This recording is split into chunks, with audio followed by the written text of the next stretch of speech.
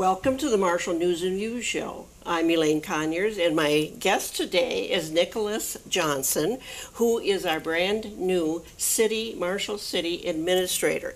You started yesterday. This is your second day, and you've been a busy guy. I saw the schedule that you are involved in, and it's going to be a busy week for you. Very busy week. Very busy. Thank you very much for having me on the show. I do very much appreciate it. Hello to all the viewers out there. This is my first time, so please bear with me. Yes, very busy first schedule. The staff was great in preparing my first schedule to make sure I was able to meet a lot of people, do tours, get acclimated. But it's going to definitely take more than a week. Oh, yes, we know. Those of us that have started new jobs, we know how that goes. And now you came from Canby, Minnesota, where you were also the city administrator. Was that your first job, or? That was my first job out of college. Before that, I was in Mankato for my undergraduate and graduate degrees. Okay. And then graduated in 2010, and then I was fortunate enough to have the city of Canby grant me interviews. And then they were generous enough to offer a poor college student a job. So I took that and took that very much to heart, very thankful for the job that they gave me. Worked very hard there for just a little over 5 years and 11 months. Okay. August 2nd would have been today, or I'm not sorry, not today. August 2nd would have been my 6-year mark. Okay. Well, we're very happy to have you here, and this I hope you enjoy it. It's a huge job. We're a lot bigger city than Canby. We've got a lot of things going on, but you know the schedule, how things go, so that is great. Tell me a little bit about your experience in Canby. When I started out in 2010, the city had just embarked on it was a 46 block infrastructure project. They had just started tearing up the streets, so I got to be dropped right in the middle of that. Very much trial by fire. I didn't know anything about infrastructure at that point, and that was sidewalks, that was curbs, that was street, that was water, sewer, storm sewer, the whole caboodle on reconstruction there. It was very much an enlightening experience. Learned a great deal, and then we've gone through our second phase, which was another 20-something blocks in Canby, and then there was just started working on phase 3, the planning portion of that, before I came to Marshall. Okay. Now that 26 block, that's huge for what size town is Canby? Canby's just shy of 1,800 people. Okay.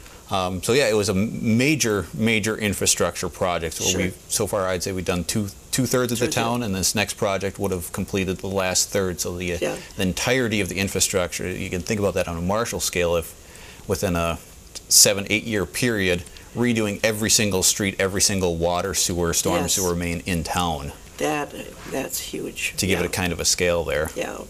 In Marshall, you know, we have to do it in phase because of the size of the community, and I'm sure as you drive around, you see all that, you know, the detours and the piles of gravel and everything, and it's always something that residents aren't always too happy about that's taking place. But if we don't have good infrastructure, you know, it's not going to be a good place to live. And that's very true.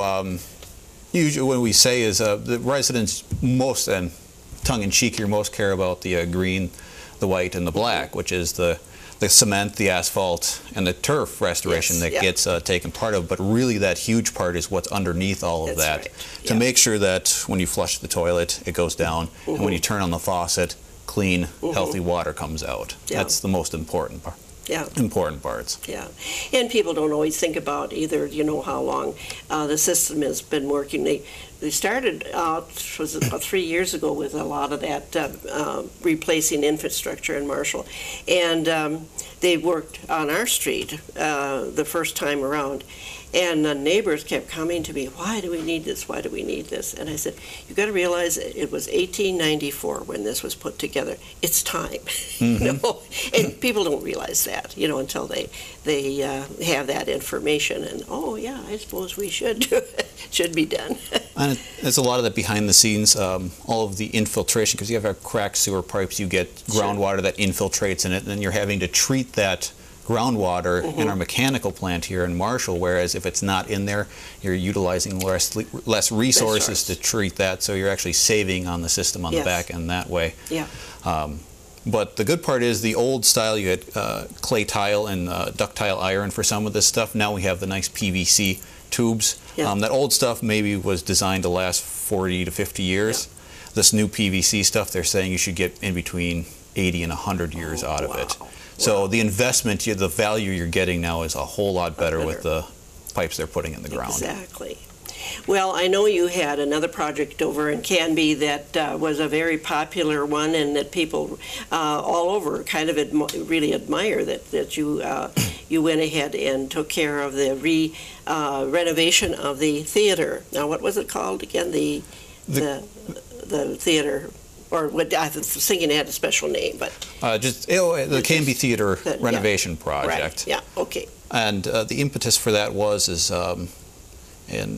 it had closed down, and then it sat for a couple of years, and we just didn't get any signs of it reopening. And being a major downtown structure, we had seen what had transpired in Madison just up the road. They had a building that had kind of gone dilapidated, and then it started falling down. Then they had to take it down, which affected the adjoining walls since it's all shared walls. Yeah. And we knew we didn't want that happening in Canby, so we negotiated with the property owner, purchased it, and then we started the renovation work. And I'm really glad we did, because it wasn't too much longer than that in the spring that we had discovered part of the roof had started caving in. Yeah. And if we hadn't purchased and discovered that, I don't think it would have been noticed until it had gotten to a point where demolition may have been the only option. Right. So we turned it into a structure which was, on its breaking point, refurbished the entire thing, had a lot of community support with donations, a lot of grant work involved as well. We like to say we pride ourselves, we didn't put any taxpayer dollars into it. Right. So it truly was a community project, and it has been a huge success. Yeah, that's wonderful.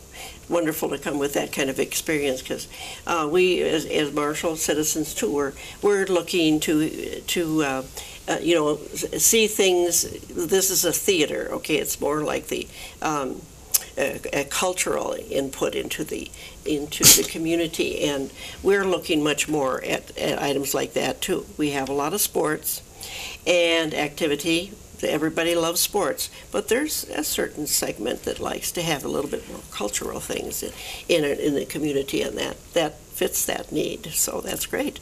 And the theater was very helpful with that, because it was built in the late 1930s. 1939 is when it was started construction.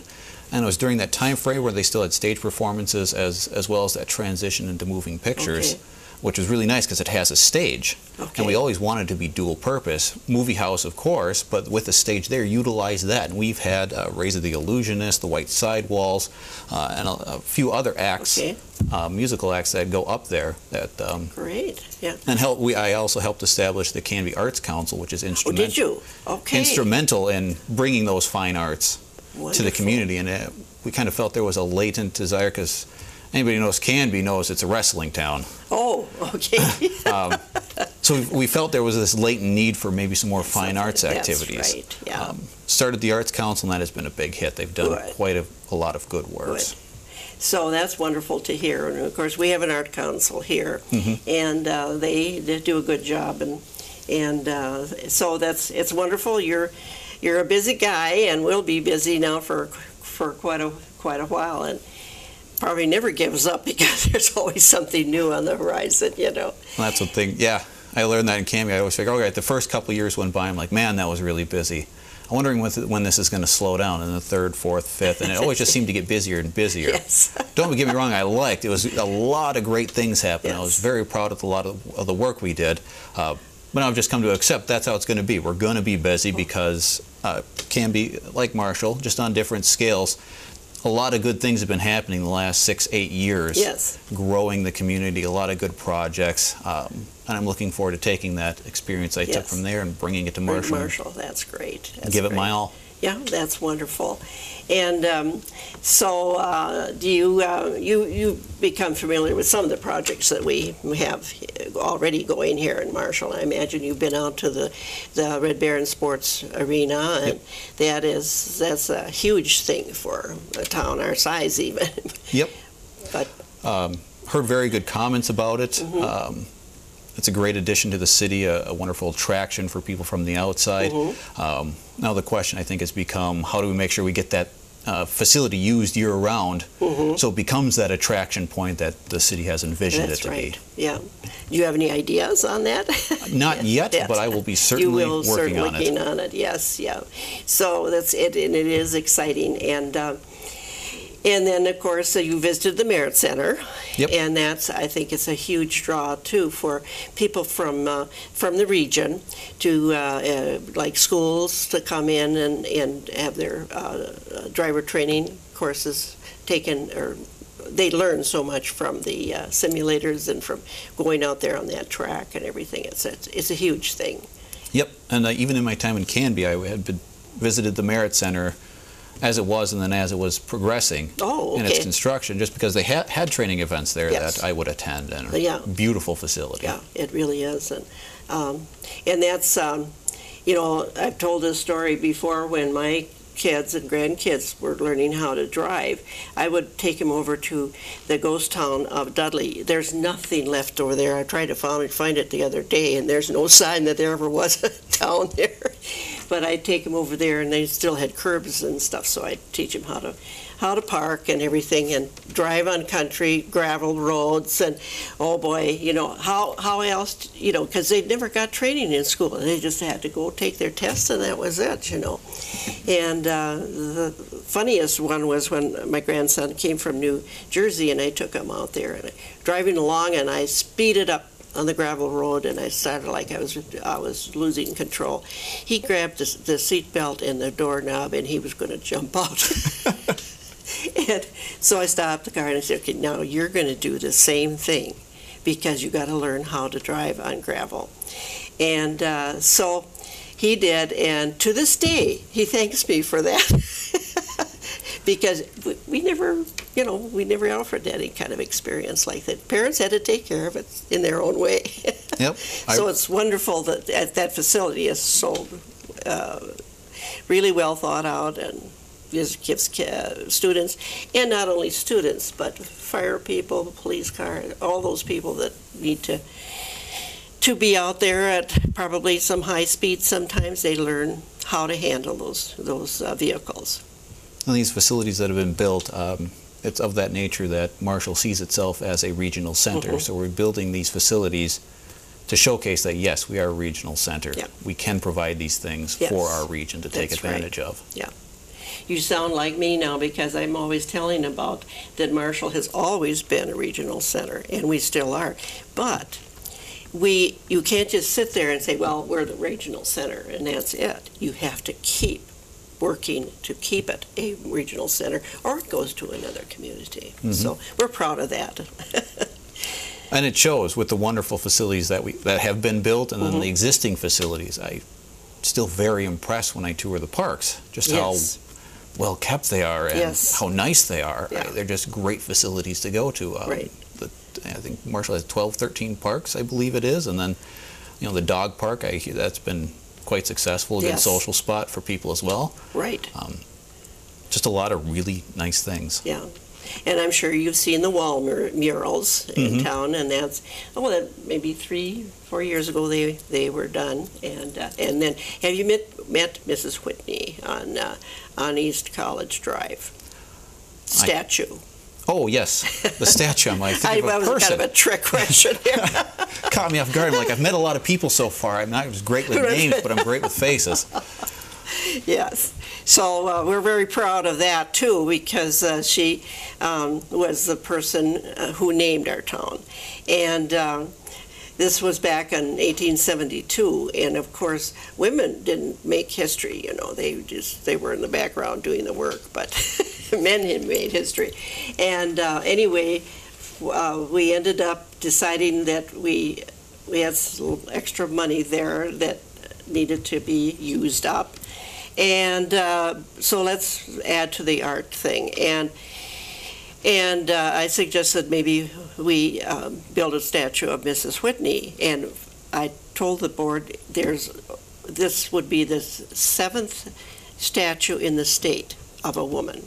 You know, let's get in there and promote women a little bit too. And so that went through, and I told the artist who was John Sterner, and John Sterner also did the Mustang out on the frontier of the college, and I said you got to show that there was wind out here, because that's in the history books, that's all it tells about. You know, is there were hardly any trees, but all this wind. Mm-hmm. You know, so I said you got to have her dress flowing in the wind and her hair flowing in the wind, and they did it, and it really tells the story about what it was like at the beginning.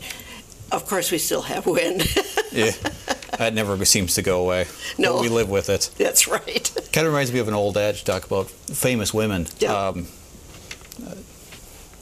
Behind every great man, there's a woman rolling her eyes. Oh, that's a good one. Made me think of that one. Yeah. I want to cut that one out. Yeah, I don't know.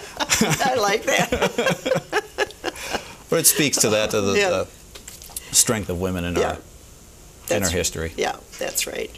And so anyway, we just got a little tribute there to women, and it was so fun this winter when it got really cold. Somebody went over there and tied a scarf around her neck. And I thought, great. That's cute. So anyway, anything you'd like to add about what's happening or what you would like to see happen in our community? Being as I lived in Canby for almost 6 years, made trips to Marshall pretty frequently. Oh, okay. To visit. My wife grew up in this area. Oh. Her parents and grandparents live in the Marshall area. Oh, really? So we got back quite a bit. Oh, yeah. But in my interview, you see the murals, you see a lot of the very nice facilities, the great parks, all of that on the outside. But during the interviews, I was learning about all the great collaborations between all the entities and groups, and how everybody wants to work together and get along and really want to do what's best for the community. And that doesn't always happen. You know, and so we've been so fortunate, and I'd say the last 6 to 8 years there's been so much collaboration, and it makes everybody happy. It obviously works, and it just makes everybody happy. Everybody becomes more successful if you can work together. Yeah. I saw that in Marshall, learned of it, and it just excited me more because I had built those relationships in Canby with the many great entities. So I was very excited to have that again. That's right. Coming here. Yep. Well, that's good. Real good. So, you have anything else you would like to add as things that you've thought about with Marshall? And I think one of my biggest challenges coming just from the administration standpoint, I came from a town of 1,800 to almost 14,000. A budget of $3 million to $33 million, a staff of 10 to 100, and many more part-time seasonal. So I'm going to have to evolve that way. But I think the one thing I want people to do is come up, say hi to me, talk to me. I want that interaction with the community. I think the best thing I can do is learn more about Marshall as quickly as possible so I can assume that leadership role that the city wants me to take and the community wants me to have.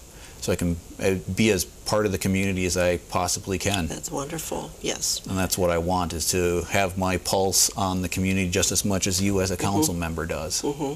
Well, you'll be our leader, of course, and so we're certainly looking forward to having you guide us through the whole process. But there's a lot to do, always a lot to do, yeah. So if you see me out there, come say hi, please. Bend my ear, tug on my shoulder. Say hi, speak some words to me, tell me what you think. Yeah. I'm looking forward to it. Good. That's wonderful. So Yeah, and there's a lot of history to learn about the town, that's for sure, because we have a different history than a lot of the small communities around. Most of them have kind of an ethnic background. Now, I don't remember what Canby is, but Tyler is Danish, and Marshall wasn't settled by just one ethnic group. There we've got our history shows Belgians, Germans, Polish, very few Scandinavians, but a lot of groups working together. In fact, it was when we first came to town, it was so interesting. I couldn't believe it that on a Saturday you could walk downtown, and that's when people brought their parents that usually lived with them, or they lived with the parents, into town, so to do their grocery shopping. And you could go on the one corner, and you'd hear them speaking Polish. You go down the next corner, and they were speaking German. You would go all the way and come back. All of this different language. It was so interesting. I came from a community that was all Norwegians, and so I was only used to that. But it's so interesting. And of course, now we also have a lot of new immigrants in the last few years. With our Hispanics and people from Somalia, a lot of Hmong, and just a lot of new people again, and they, I think for the most part, they really fit in and feel welcome because people are friendly, and that's one thing. Well, it's not just Marshall; it's all of Minnesota. I say that you can wave at somebody and talk to them a little bit, even though you don't know them, and that is such a friendly way of being, and I think Marshall does a good job with that, too. They do, and that's one of the reasons I came to Southwest Minnesota. I grew up in Richmond, Wisconsin. If you just cross the Stillwater Bridge into Wisconsin there, I think the drawbridge over there, about 9 miles in on that road is my hometown. Okay. Went to Mankato for my undergrad and grad, and then came out to Canby. And when the Marshall position opened, one of the drawing factors was I could stay in Southwest Minnesota.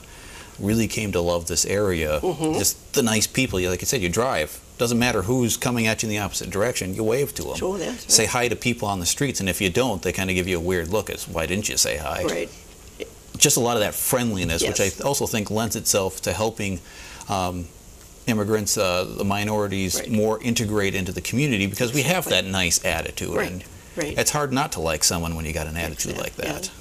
There was at one time mentioned when the SMSU opened. They brought in a group of young people from the inner city of Chicago, brought them out here to give them an opportunity to get an education and so on. And those young people started complaining about, well, when we walk downtown, people say hi to us and they wave at us, and we're not used to that. Well, they got used to it, but it was, that we all find that if we go to a big city,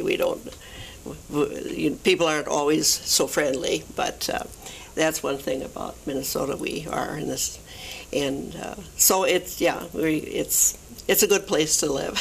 It is. Echoing that, my best friend used to live in the Baltimore area. I'd go out to visit him once in a while. Okay. And one time rode the subway to get to a destination. And that's one thing I noticed. I'm used to talking to people when you travel. But everybody seemed to have, they would have a magazine or a book, or they're on their phone. Yeah.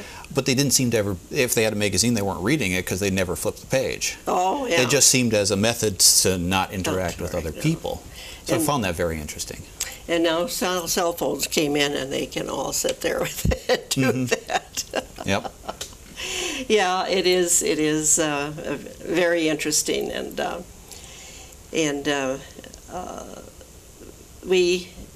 we learn as we travel around how it is so different in other places. And one time when I was in London, a friend and I, we ended up in under the Thames River. You know, that's the end of the subway line.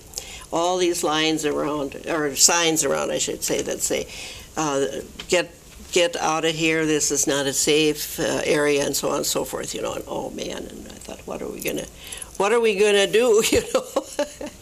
But we had it out, and luckily not too many people followed us. They did for a little while, and we got on the subway again, and there was a younger man. Most were older men down under the Thames River, or the bridge of the Thames, and he got on. There was nobody else on the streetcar, and he came and sat down right next to me. And I thought, oh boy, now what am I going to do? Because he's going to take my camera, but I had my passport and money hidden, and I thought, there's no way he's going to get that. And so when we got back into central London, we got off, and I thought, oh, now he's really going to come after us. I don't know why I thought that he could have attacked us right there. And, so then I just realized, oh, I bet he was a security person. I'm sure that's what it was. He was protecting us. He wasn't, but, you know, it's fearful out there in the big city sometimes, and some naive person like me that that doesn't know better, you know, how to handle this or where not to go, and you're not familiar with the area. But anyway, you don't have to worry about that in Marshall, I'll tell you. That's exactly it. In this area, we just don't have those concerns that you have in those big areas. There's very much a quality of life in this area that if people simply took the time, I mean, not people in this area, because we know it, but outside the area, came and looked and saw, they'd be go, holy cow, that's really a little slice of paradise. Yeah, and we've got not only jobs, but we've got like these all cultural activities and everything that's going on. And so many people tell me, and it's safe. It's safe in this town that kids can go out biking and you don't have to worry, you know, because in some communities they can't go farther than the front steps practically, you know. That's one thing I said a lot in Canby, and it's true throughout this whole region is, you know, if you go out your back door and you don't find your kid, your first reaction isn't, oh gosh, who took my kid? Mm-hmm. They've been kidnapped. It's, where did my darn kid go now? Right, exactly. And I'm sure I'll get a call from my friend later saying they stopped over here, or they'll come back for dinner. Right. And that's you really think about that. That's a huge paradigm shift between your big metro areas and, like I said, the quality of life we've got out here. Exactly. So, well, I'm glad to hear that you really like our community already. You've been around enough to see what's going on here, and we're very happy to have you. And you will be on this show quite a bit because now you're our city administrator. I'll be happy to come back on as much as you want. Very good. Looking very much forward to helping the community grow, make it a better community, do the people's work. Very good. Thank you so much, and you'll be back. Thank you.